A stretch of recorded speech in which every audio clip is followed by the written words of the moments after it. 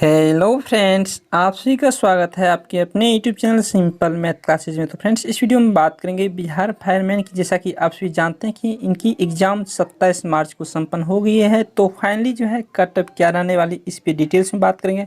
और फ्रेंड्स, आप लोगों को बता दूँ रिजल्ट कब दी जाएगी, ये भी बात करेंगे। साथ ही आप लोगों को एक इम्पोर्टेंट जानकारी दे दूँ कि ऑफिशियली तौर पर क्या कट ऑफ रहने वाली है। एग्जैक्ट समझिए कि जो ऑफिशियली तौर पर मैच कर जाए वही कट ऑफ इस वीडियो के माध्यम से आप लोगों को बताऊंगा।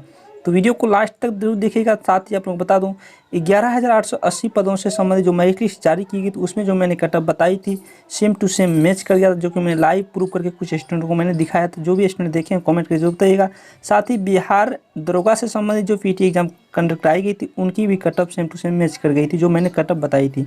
तो फाइनली जितने भी कैंडिडेट है, यदि वीडियो को अंत तक जरूर देखेगा। तो चलिए आज की वीडियो स्टार्ट करते हैं। उससे पहले जो फ्रेंड्स चैनल पर नए हैं, चैनल को सब्सक्राइब करके बेल आइकन जरूर प्रेस कर लें। तो चलिए आज की वीडियो फाइनली स्टार्ट कर लेते हैं और सभी इंपॉर्टेंट फैक्टों को जानते हुए कट ऑफ की ओर चलेंगे। तो चलिए आज की वीडियो फाइनली स्टार्ट कर लेते हैं। तो फाइनली फ्रेंड्स, कट ऑफ को देखने से पहले कुछ इंपॉर्टेंट फैक्टों को देख लेते हैं जो कट ऑफ को प्रभावित करती है। तो चलिए फाइनली इंपॉर्टेंट फैक्ट को देख लेते हैं।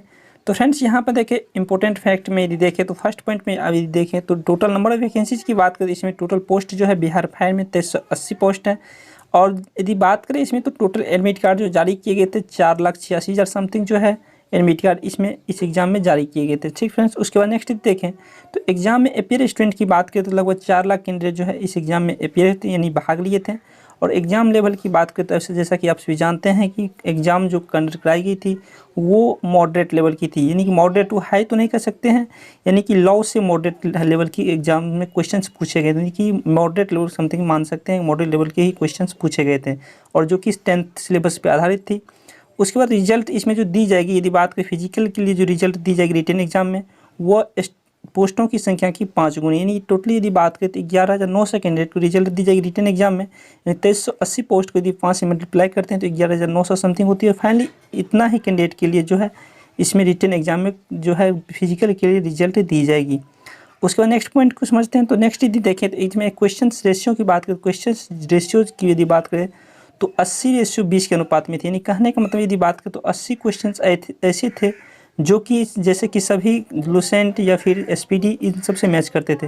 लेकिन 20 क्वेश्चंस ऐसे थे जो कि यदि बात करें तो 10th या 9th के साहित्य से संबंधित, यानी हिंदी पेपर या इंग्लिश से संबंधित क्वेश्चंस थे। यानी 20 क्वेश्चन इसी तरह के जो कि आउट ऑफ सिलेबस मान सकते हैं। और 80 क्वेश्चंस की बात करती है सिलेबस के रिगार्डिंग ही थे, यानी कि जो कैंडिडेट एग्जाम जैसे बिहार दरोगा या किसी भी एग्जाम्स की प्रिपरेशन करते हैं तो वो 80 क्वेश्चन ऐसे पूछे गए थे जो कि एग्जाम्स के व्यू से बहुत इंपॉर्टेंट है और सभी स्टूडेंट्स इस क्वेश्चंस को लगभग पढ़ लेते हैं।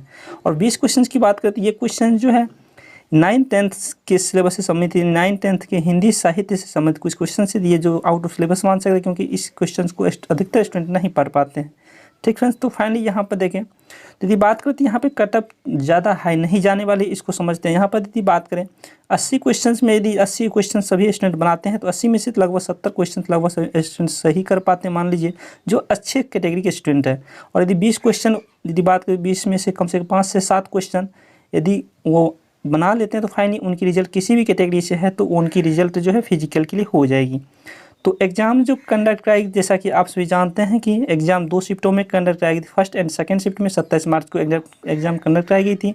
और शिफ्ट डिफरेंट की बात करें तो शिफ्ट में जो क्वेश्चन के लेवल की बात करें तो एक्सपेक्टली यानी सेम, लगभग सेम कैटेगरी के क्वेश्चन ही पूछे गए थे दोनों शिफ्टों में, यानी ज़्यादा अंतर नहीं देखा गया। 1 से 2 क्वेश्चन का अंतर दिख रहा होगा बट ज़्यादा डिफरेंट नहीं थी, यानी कि जो भी पैटर्न पे सेट किया जाता है क्वेश्चंस लगभग रखा जाता है कि समान वे में एग्जाम्स कंडक्ट हो। ठीक है, तो फाइनली अब देखें पेपर लीक जो कि बहुत बड़ा कटअप को इफेक्ट करती है, यानी कटअप को यदि बात करें तो कटअप को जो है आगे या पीछे करने में जो है पेपर लीक बहुत बड़ा रीजन है। और यदि बात करें तो पेपर लीक की बात करें तो पेपर लीक नहीं के बराबर हुई। कुछ क्वेश्चंस वायरल हुए थे बट जब एग्जाम एंड हुई यानी खत्म हुई तो वो क्वेश्चन गलत पाए गए, यानी कि क्वेश्चंस लीक की बात करें तो पेपर वायरल नहीं के बराबर हुई थी फाइनली। उसके बाद यदि बात करें कुछ स्टूडेंट धांधली की बात करें तो धांधली कुछ मात्रा में हुई होगी, क्योंकि कुछ स्टूडेंट ब्लूटूथ या अन्य डिवाइस के माध्यम से कुछ क्वेश्चंस यानी 1-8% ले गए होंगे, बट इससे ज़्यादा इफेक्ट नहीं होने वाली है, क्योंकि फ्रेंड्स पेपर लीक बहुत बड़ा माध्यम होती है और ये पेपर लीक इस एग्ज़ाम में नहीं हुई थी। और धीरे धीरे देख सकते हैं कि क्योंकि फ्रेंड्स बात करें तो अब बिहार के एग्जामों में पेपर लीक बहुत ही कम देखने को मिलती है, इसीलिए जितने भी जेन्युइन कैंडिडेट हैं उन्हीं का रिजल्ट होने वाला है, यानी पढ़ने वाले छात्रों का ही अब रिजल्ट होगा।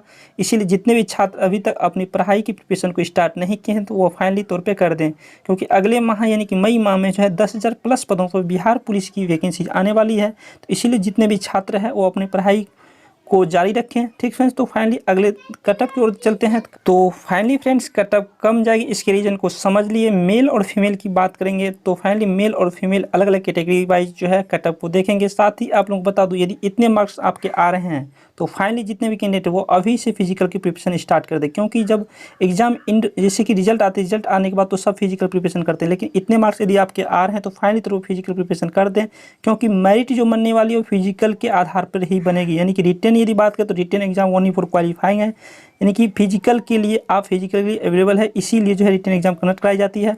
और फाइनली तौर पर फिजिकल के आधार पर ही मेरिट बनेगी और आपको जॉब मिल सकेगी। जितने अच्छा मार्क्स लाइएगा उसी के आधार पर मेरिट तय की जाएगी।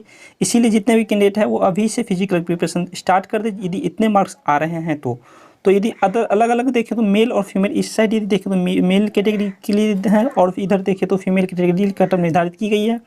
और यदि आप जनरल कैटेगरी से बिलोंग्स करते हैं, यदि मेल हैं, तो यदि आपके मार्क्स 75 से 77 के बीच आ रहे हैं तो फाइनली आपकी रिजल्ट होने जा रही है।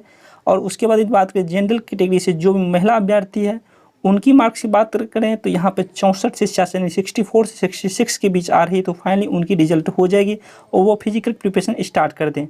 उसके बाद बीसी कैटेगरी से जो मेल कैंडिडेट हैं उनकी बात करें तो 73 से 75 यानी 73 से 75 आपके मार्क्स आ रहे हैं और सही होना चाहिए। ये नहीं कि आप गलत मिलान कर लिए और बोल रहे हैं कि 73 मेरा सही है, इस तरह नहीं। यदि 73 मार्क्स आपके सही है और जेन्युइन तरीके से सही है तो फाइनली आपकी रिजल्ट हो जाएगी।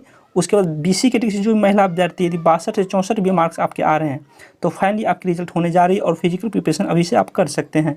ईबीसी कैटेगरी से जो पुरुष अभ्यर्थी यानी कि मेल कैंडिडेट है उनकी बात करें 71 से 73 यानी कि 71 से 73 के बीच आपके मार्क्स आ रहे हैं, यानी 71 भी मार्क्स आ रहे हैं तो आपकी फाइनली रिजल्ट हो जाएगी और 73 प्लस है तो बहुत अच्छा है।